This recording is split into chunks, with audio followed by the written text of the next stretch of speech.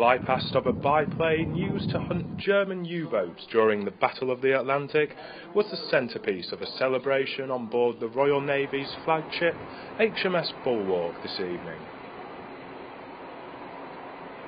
The open cockpit Swordfish was crucial in deciding Atlantic supremacy, countering the threat of marauding submarines tasked with destroying Allied convoys.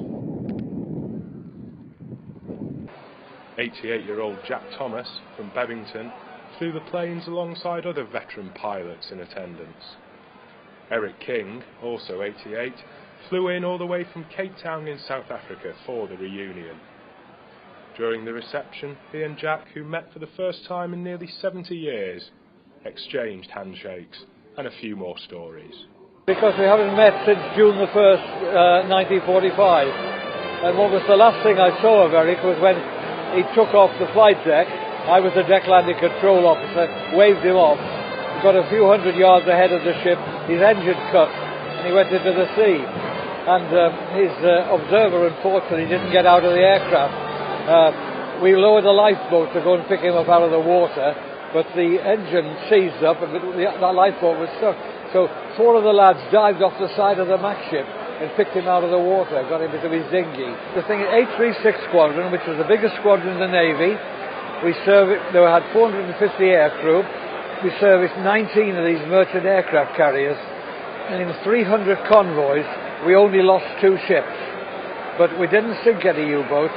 The idea was mainly to keep them underwater, because underwater they were slower than the convoy and they got left behind. So it's not very glamorous. That's why nothing much is known about 836 Squadron. The biggest trouble was the weather. Also, we had a very short flight deck, and I was on the later mark of Swordfish, where we had this very up-to-date radar. We called it the X-gear, and we could pick up a conning tower at 7 miles and the snorkel at a quarter of a mile. So it was a very useful piece of equipment.